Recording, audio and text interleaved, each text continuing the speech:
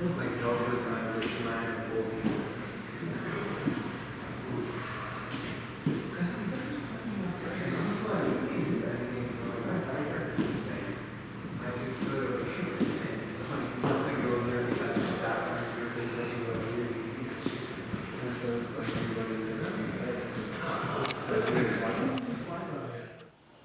Okay. My name is James White, and I'm here at the Elaine Legacy Center. I'm the director here at the Elaine Legacy Center. And I just want to thank y'all for coming. I want to thank y'all for coming all this long way. It was probably hot, but y'all made it. And I just want to thank all y'all for coming. We do a lot here at the Elaine Legacy Center. We try to work with the youth, especially with the youth, because we want them to know, we want them to learn about our history, our culture, and what happened in Elaine. I think this is very important for people to know, because they held this a secret from everybody. A lot of people don't even know the story. So, and it's a lot. It's emotional, physical, and people don't want to talk about it. But at some point, we're going to have to talk about it. So, for 100 years, this went untalked about. A few people know, a lot of people didn't know it.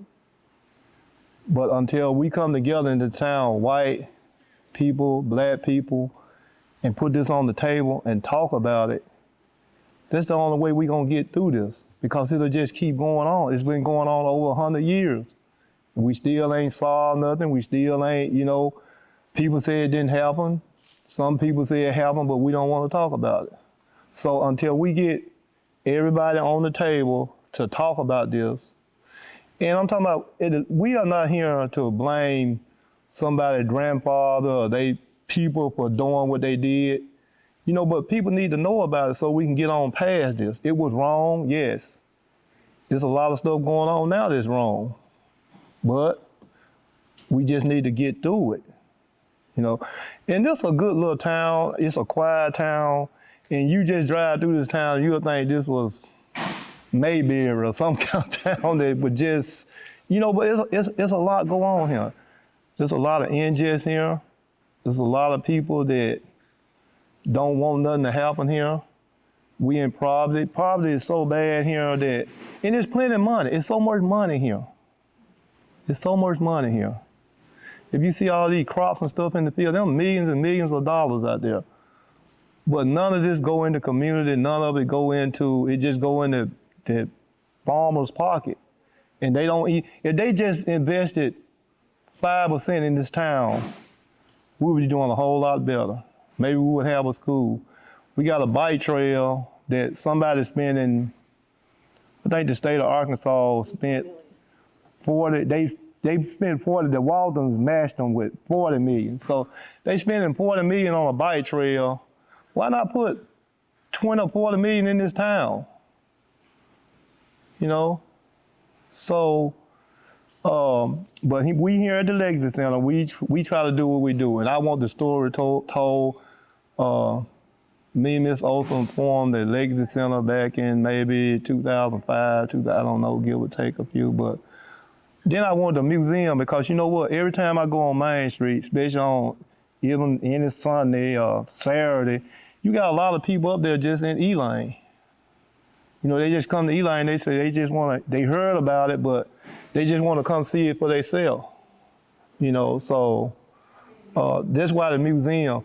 And the museum is not none of James White. It's not my museum. It's the people museum.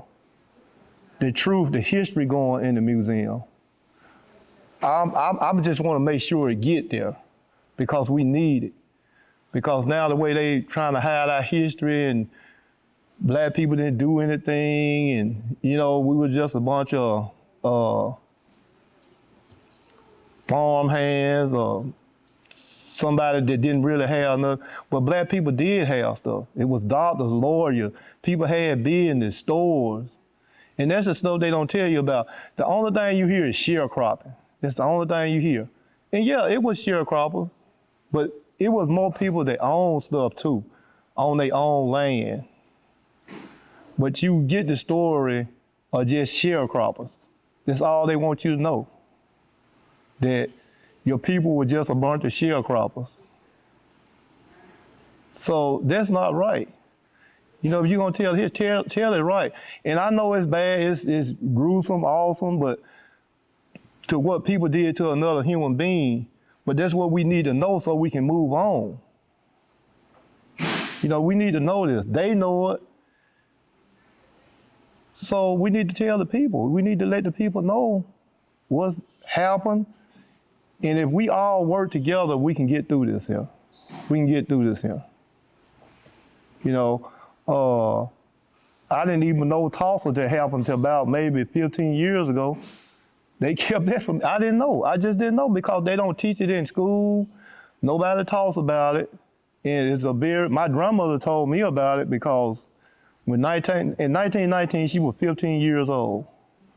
And she saw a lot of stuff that happened.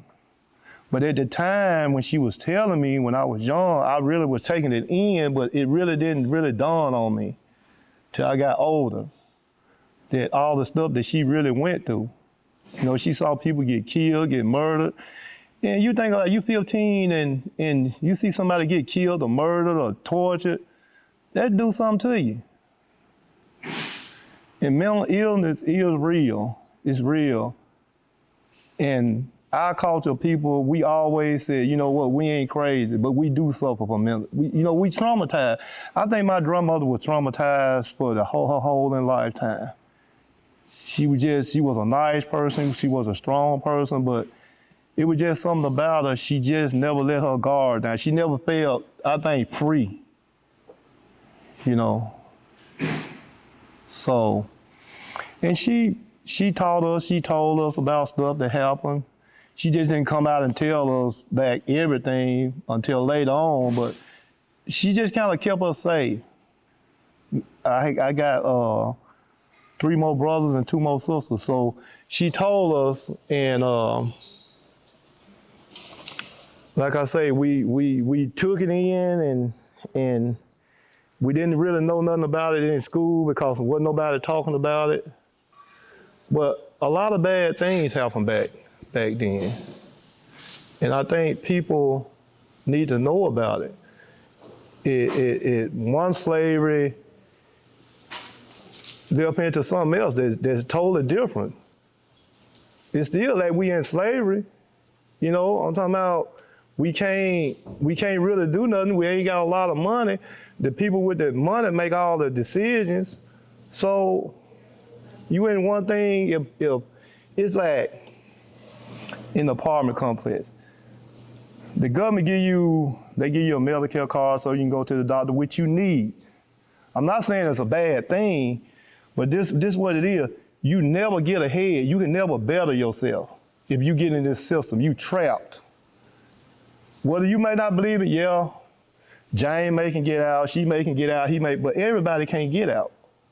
You move in an apartment complex, they give you a check, they pay your rent. Your rent is $500 or $600. They pay that for you. Then they give you a $100 check to pay your utilities.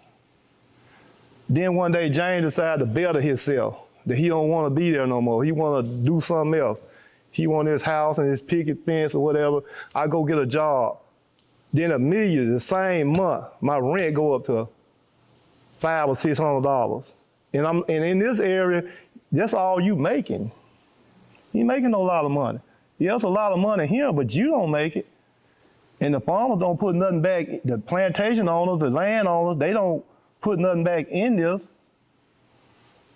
So you just getting a check, and you never can better yourself. You just can't better yourself in this system. In this government system, you cannot better yourself. You think about it. It's better for you to just sit at home and do nothing. And a lot of people say, oh yeah, he can get out, they ain't trying, but it's not. It's real. It's real. And not only just in Elaine, it's all over. You know, it's not just in Elaine, in all the big cities, everywhere. They just don't give you a chance. This system that we got going, if I got kids that go to college, I got 4 daughters graduated college, and they'll be paying on these loans the rest of their life. They just trade one thing in for another one.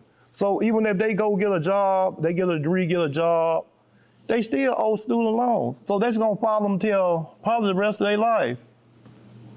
So if you got a system like that, that's just a slavery. You're a slave. If you can't make your own decision, I'm not talking about a field slave, but you're a slave to the government. You gotta think about that. Because they control you. They control you. And people may not look at it, but this is my opinion. This is what I think. This is what I know. I done saw this. You know, when people try to better themselves, they can't. Because you got other people making decisions. And if other people making decisions for you, you can't make your own decision. You a slave, whether you want to believe it or not. You're a slave to the system. Because you are making no decision for yourself. Even when you want to make a decision, a better decision to do better, you don't want to sit at home no more. You can't. Because somebody going to take your livelihood. You got rent, you got to feed yourself. They cut your food stamps off. So I'm talking about they cut your Medicaid off. So how can you ever get ahead? You can't. And a lot of people may not look at it like that, but that's just how it is. For most black people's perspective, that's how it is. You know? And you see all these people running around here with all these new cars and these $1 million tractors riding on the road. There's plenty of money here, but how do we get them to think about poor people? And these people, most of these people that got all this land, their ancestors stole it from them. It's generational wealth. The generational wealth is just handed down. For a black person, it ain't no generational wealth. Because in 1919, a little past before, yeah, we were poor, but we was living off our land. We were living off 15 and 40 acres. My grandfather said when World War II, those people came back and they just bought land. They didn't buy a lot of land, but they bought enough land where they could live off of. And then all of a sudden it just disappeared. We was better off before 1919, I think. You know? So it's a lot. It's a lot. But for a black person in this area, there's no generational wealth. None. You can barely get a job. And you can see all this money here and nobody even care. They don't care. Because we can't complain because we don't own nothing. And then if you do complain to the wrong person, you still get pressed down and they can do bad things to you.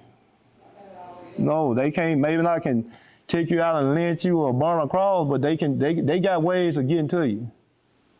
To your kids, if they got a job, they end up getting fired. They'll find some excuse.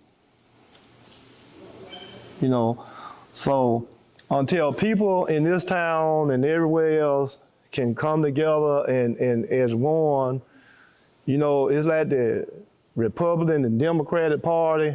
I don't even like politics. But it's like they a gang. They always fighting. They ain't never getting nothing done. They just fight about everything. Like little kids. But there's a lot of people out here suffering. A lot of people out here hurting. A lot of people out here mentally disturbed. That's why you got people just going out shooting up schools, which to me made no sense. You know, but you got that.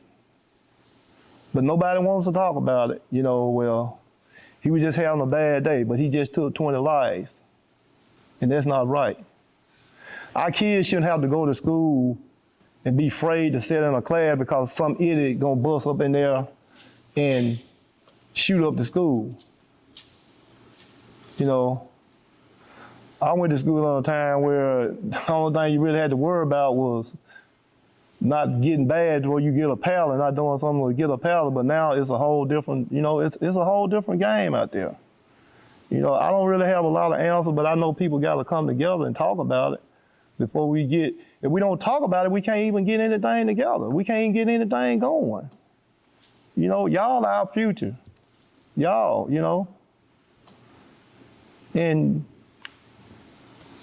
we gotta come to a point where we can work together. Even if we don't like each other, we still need to work together. We need to put our personal feelings aside and try to work together. And that's what needs to happen in this town before we get anything going. You know, it's so bad in this town. I remember when we put a memorial tree up on the trail walk, and somebody went up there and just chopped it down. They didn't have anything to do, but they went up there and chopped it down. So then we ended up putting another one up there. Something happened to it. It died. They didn't chop it down, but it died. So we ended up putting another one up there. And you know what? Until I'm gone here, until the good Lord called me home, we're going to keep putting them there. They can keep chopping them down, but we're going to keep doing it. And maybe they'll just get tired. The one we put up there is up there now, but who knows? And then the feds came in and they said, this is what they told me. They said, you know what? It was just some kids vandalizing. Just some kids vandalized. They went up there. You know, you got 1 million trees here. I think when y'all come in, you see, I bet you didn't see no kids out there clamming trees.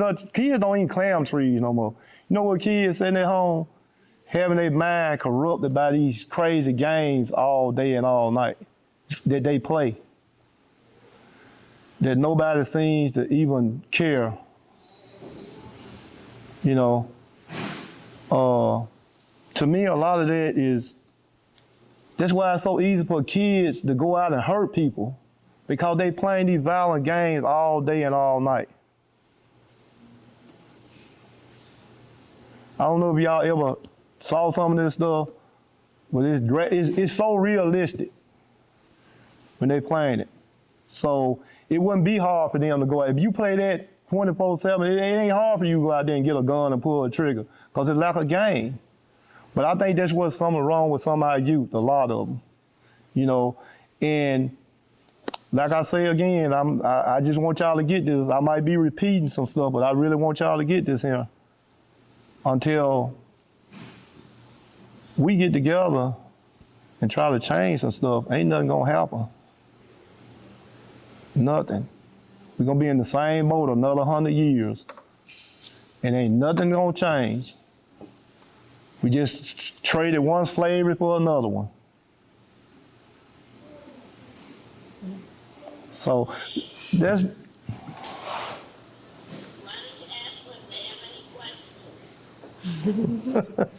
I ain't through yet, but okay. Yeah, we can take some questions. Yeah. Yeah, I've got one. Okay. Hi, I'm Kristen Anderson, here with Samuel Proctor Oral History Program. Thank you for coming. Thank you for having us. I appreciate it. You mentioned your grandmother. Can you tell us her name and tell us some more about her? What did she do through her life? My grandmother's name was Louise White. She was born in 1904. And 1919, she was 15 years old. My great-grandmother was Frances Miller, and all of them came from Mississippi. And she was a great cook. I know that, but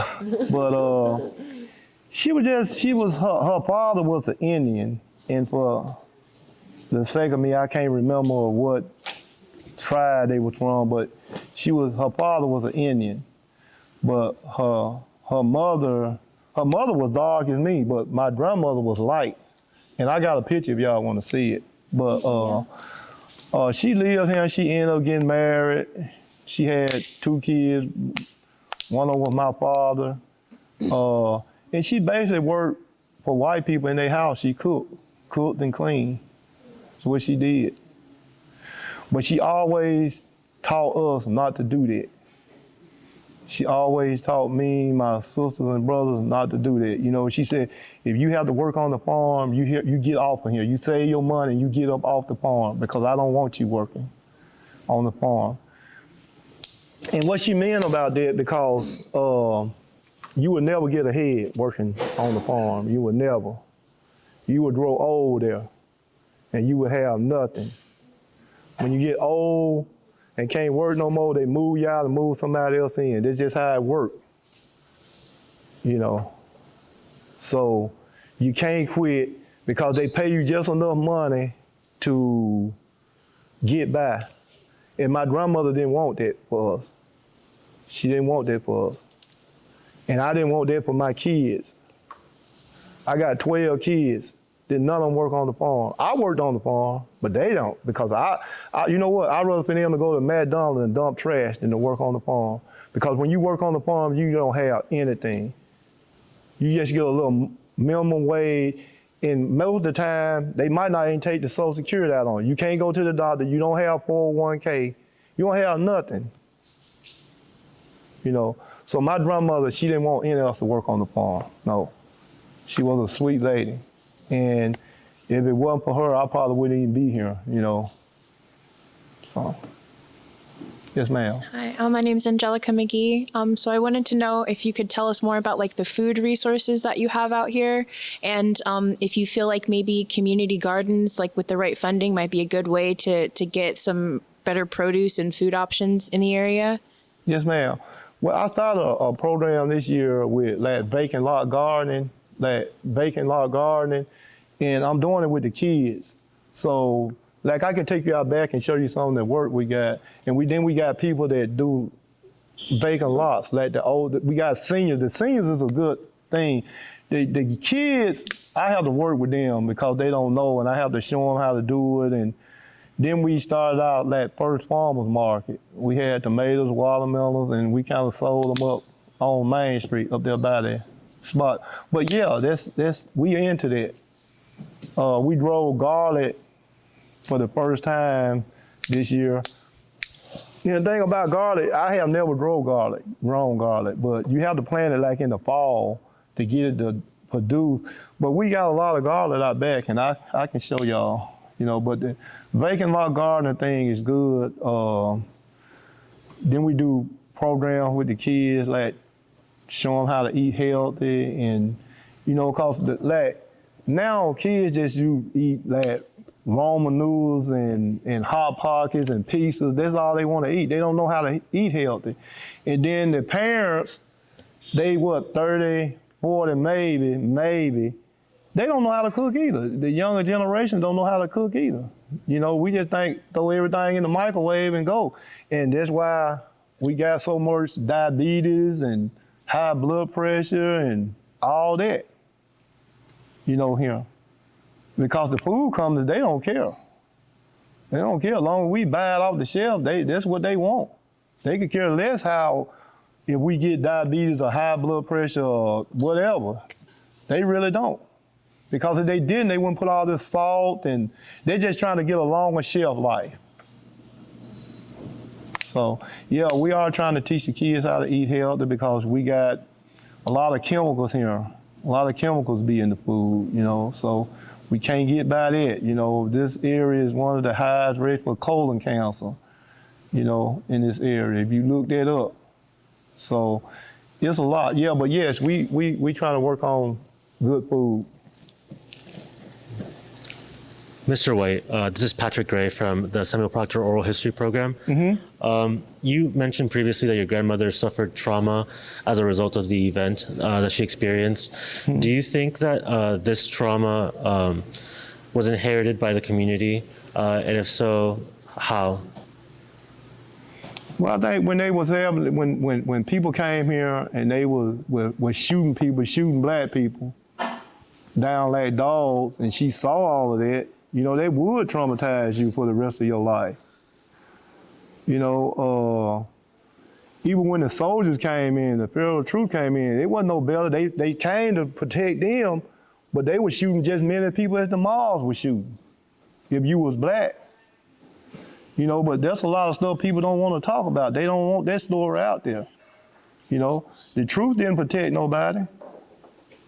They protect the white people, but the black people was open game.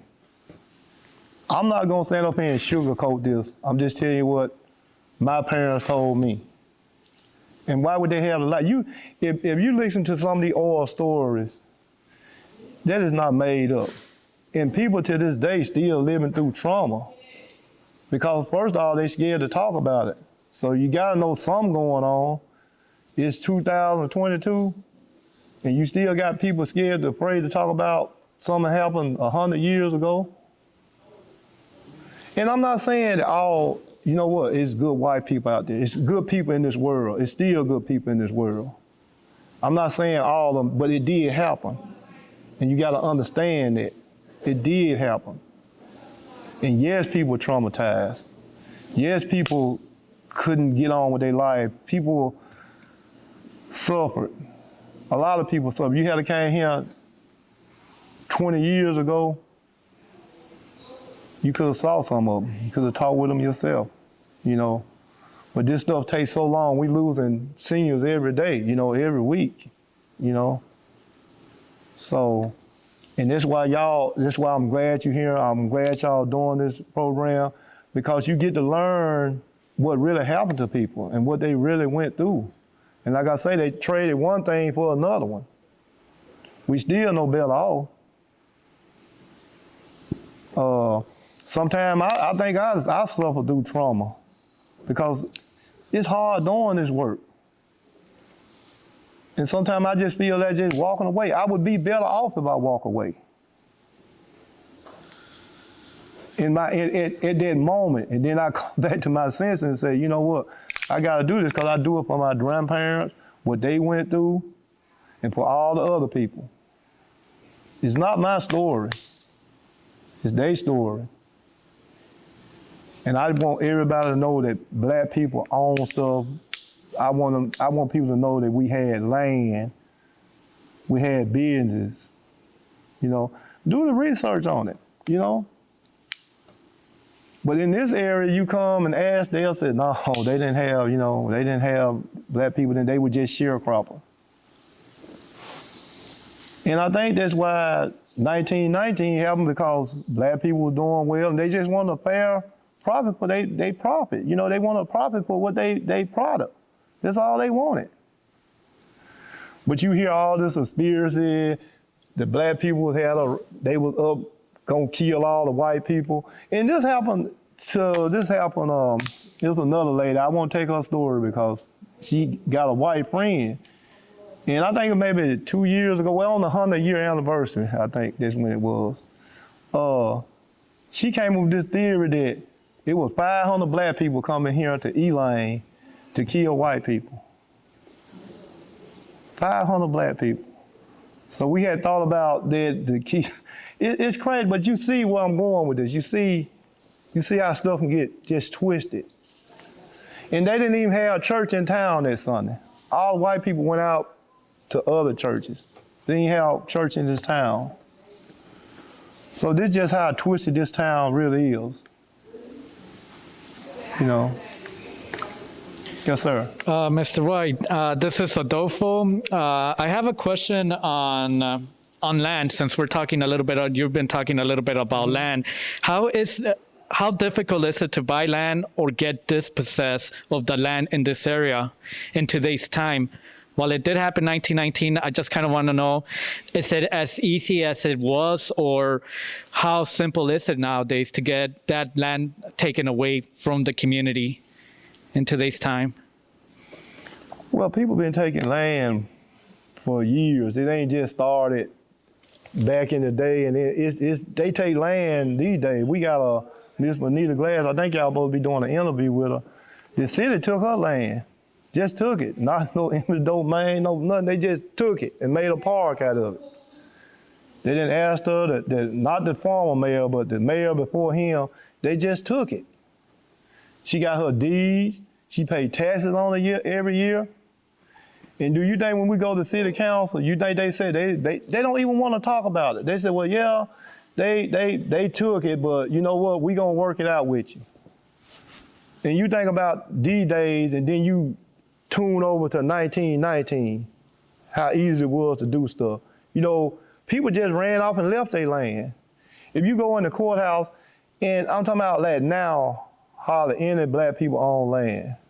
But most of the black people own all this land. How they lost it, I don't know. I know some of them ran off and just never came back.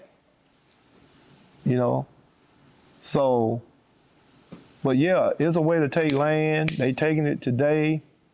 And nowadays, you don't know who owns it. You think you can run up to the courthouse and look over there in that field and say, yeah, it's hid. You know, they hide it well.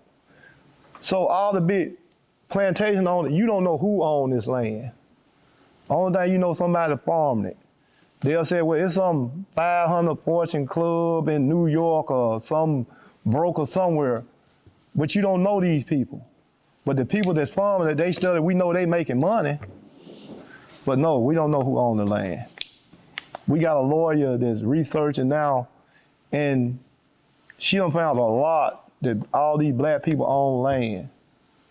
You know, especially y'all would be going to Ferguson tomorrow. Ferguson was, I think it was named after a black man, Ferguson's. I know a few of them, but that was when I was a kid. Most of them done passed on. Now, I don't know if that was the right one, but Mr. Quinn will be here tomorrow to tell y'all that story. But, you know, it used to be a lot of people here, a lot of people. And somebody asked me one time, they look at this town now and they be want to know, well, how could it be so many people here? Because back in the day, it's like, it was a lot of, like on Elaine, you go up to Elaine and look on Main Street. I remember when I was a kid, it was so many people here, you couldn't even walk on the street. You had to you couldn't walk on the sidewalk, you had to walk in the street sometimes. Because from here to Snow Lake, it maybe been 5 or 6 stores. It was Lambrook, it was stores out here about maybe 10 or 15 miles west of here. So it was a lot of people here, a lot of people. And most of them people own land. But how, like I say, how they lost it, I don't know. I would like to hear some of your thoughts on, so as we were driving in, we saw there were a lot of like storefronts and kind of like abandoned places that clearly used to be stores. And if I'm correct, a lot of those places are owned by white people who may have been involved with the Elaine massacre or their ancestors were. And they abandon the places and they're purposely not putting like love back into them or letting anybody purchase them. But yet you're saying that someone that we're about to interview had her property taken away that she was paying taxes on and that she's fighting to have back. If you could maybe give us some of your thoughts on that whole process of how like black people can still have their land forcefully taken from them, even if they're, you know, maintaining it and trying to keep it. And yet there are people who have abandoned these places that are like dilapidated and making the community like not be able to thrive. And they're purposely doing that. Right. I think they purposely is trying to kill the town because most of the landowners, they got plenty of money. They got plenty of money. Their kids don't go to school here, so they could kill the town and make it, you know, just, they don't really need nobody. They don't really need all this here. The people that got the big money. Yes, on Main Street, basically Main Street is owned by all white. And you can see it just falling down. And the thing about it, they won't let anybody rent it, or the city won't come in and say, look, you're gonna have to fix this up. You know, the city might not can make them sell it, but they can come up with a coordinate that, look, you keep this building, your storefront and stuff up. You know, so all those buildings up there were perfectly good buildings, but they were owned by whites, and they still owned by whites. You know, and even when I was in high school, I knew what I wanted to be. I knew I wanted to be a business person. I knew I wanted to own my own stuff. I already knew that. But it was so hard for me in this town to get a building. It's unbelievable. It wasn't because I didn't have the money. They just won't sell it to a black person. And it's still like that. Even with the buildings falling down up there that you see, they rather let them fall down and sell them to someone. So they're just killing the town. So yes, they can steal land. Yes, they can still try to hold you down to where if you got a little money and you black, it don't make no difference because they're not gonna sell it to you. So that's it.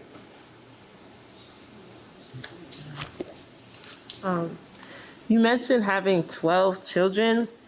Are all of them still here? And do you encourage them to live here, to move out of here? I encourage my kids to just leave. They can always come back, but you cannot get ahead here. Unless you got a business, you really can't open up a good business here. Yeah, like all my kids, I'm talking about they grew up here. They wasn't better than nobody else kids that grew up here. All of them grew up together, but I encourage it. Like my grandmother encouraged me to get off the farm. I encouraged them to get away from here. You know, so I got some sons at work. I got daughters that graduated. I got a daughter that went in the military for 10 years. She a paralegal. She just graduated from college. My baby girl, she just graduated. So I got a son in North Carolina. He was a botanist, and you know, so it just whatever they want to do, you know, just get away from here for a minute. You know, live your life. Try to have your own. Because here you would never do. You would grow old here. You would grow old here. You would work on the farm. You would get out of high school when we had a school.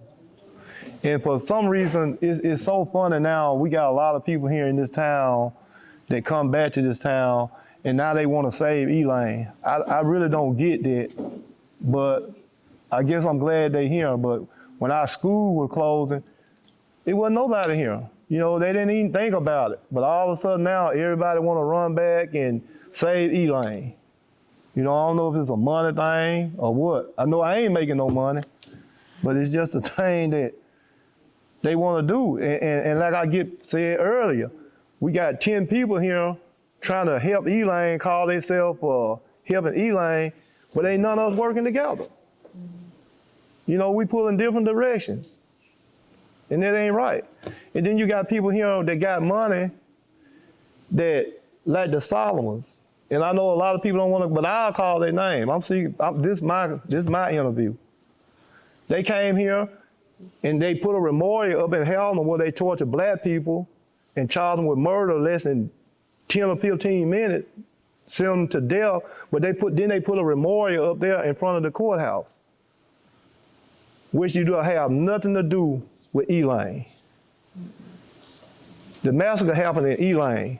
The riot happened, people got killed in Elaine. But that's people with money.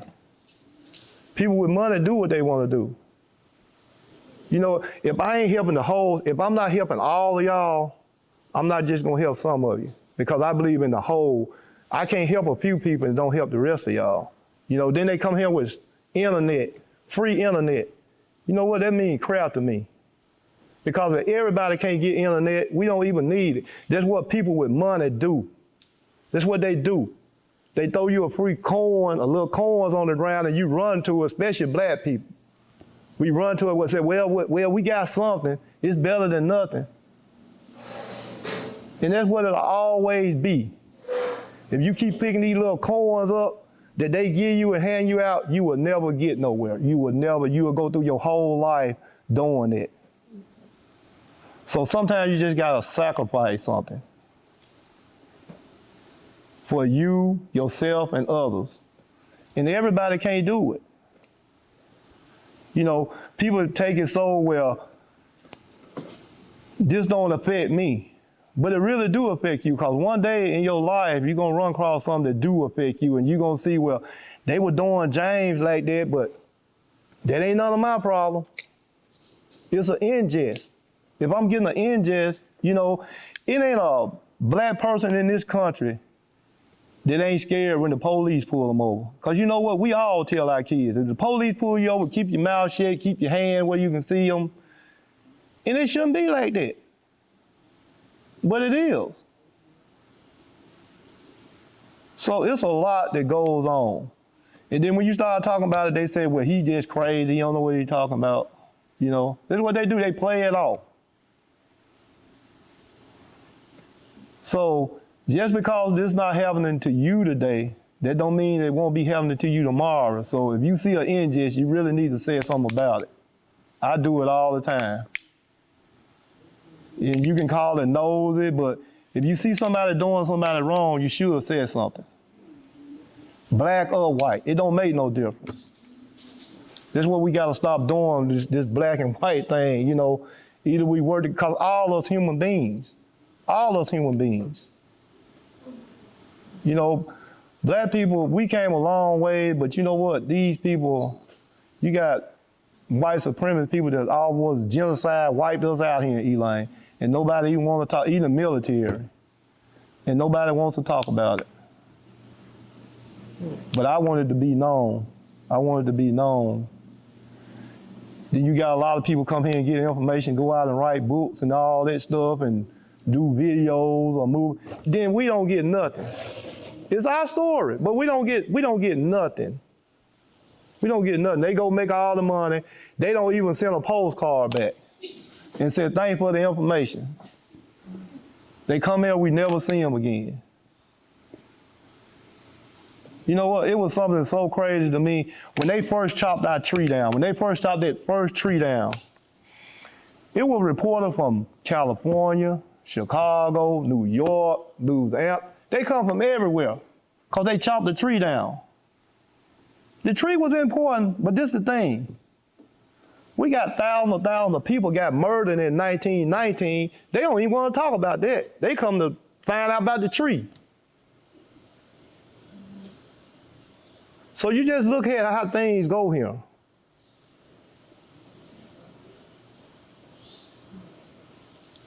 So I don't know if some of these people that own this land don't want people to know it. They think I got something against them.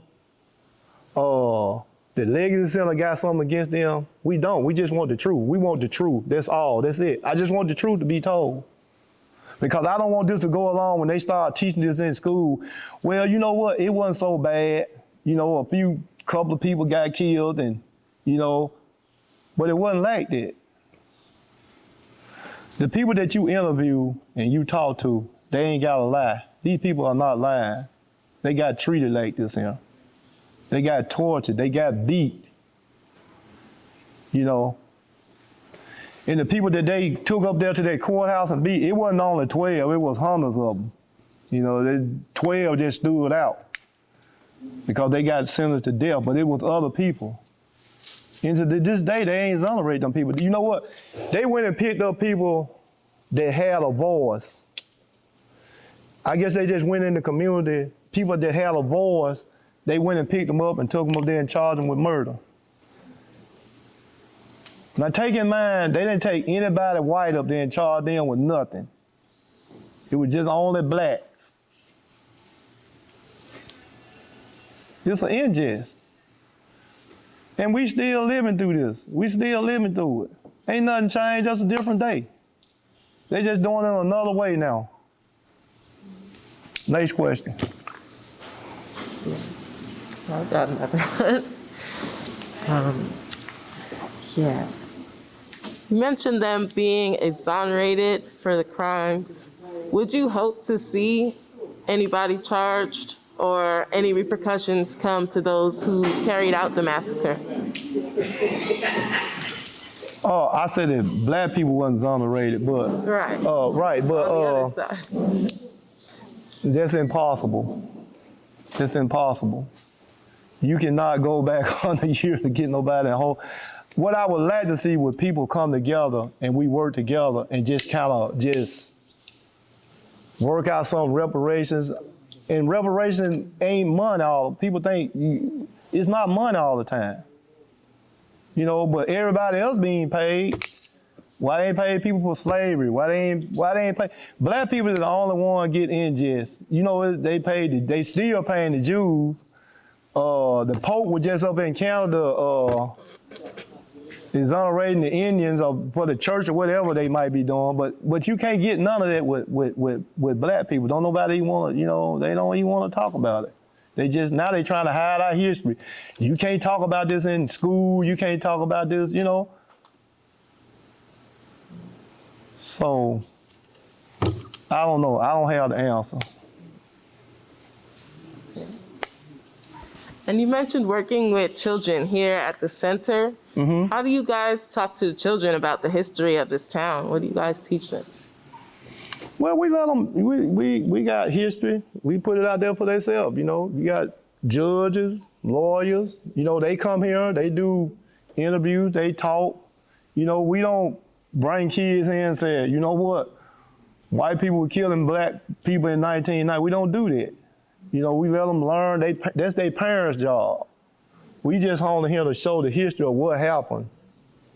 You know, if you want to know something about somebody on here, we can talk about it. He was a civil rights leader. He did this or he did that, you know.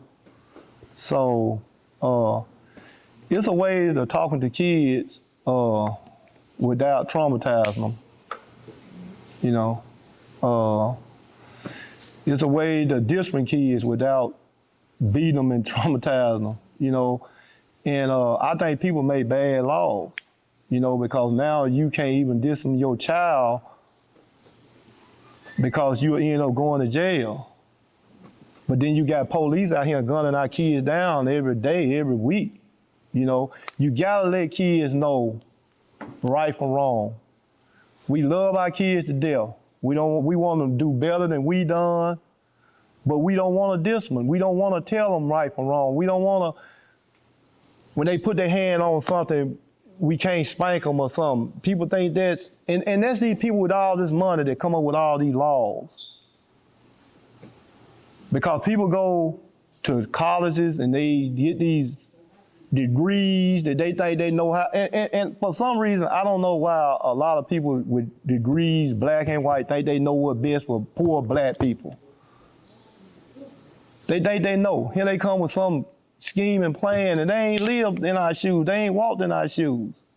They don't know. They don't know the pain we feel. They don't know what we have to go through. If you at the end of the line and somebody come up and white, they just walk on up to the front. They don't know that. So it's a lot that we have to go through. Everything that we do, we have to work an extra mile, go a little further with it. We have to work hard. Ain't nobody gonna give black people anything.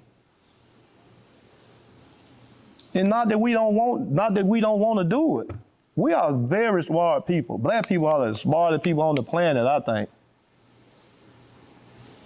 But only if we could just come together. That's one of our problems. That's our only problem. If we could come together and work together, just think of how better place it would be. But they done tortured, they done put this in our DNA that we just can't do it. And it's the torture and the trauma of seeing people get beat and burned. And you got to deal, that's a lot to deal with.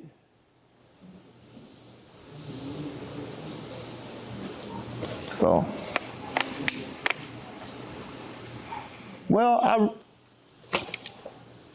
yes, ma'am. It's about time for lunch. You hungry too, huh? Okay. Well, okay. Yeah. After hearing Dave, when you go into Helena and if you see an exhibit that says we were all sharecroppers, is it oral history or is it written history? In history. There are some key words you want to watch for. One is sharecropper. Do you know that oral historians do not use the word sharecropper? If you see the word riot instead of massacre,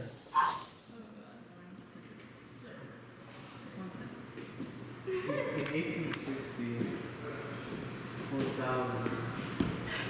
The other one said that Arthur South had 111,000. Where are the rest of the statistics?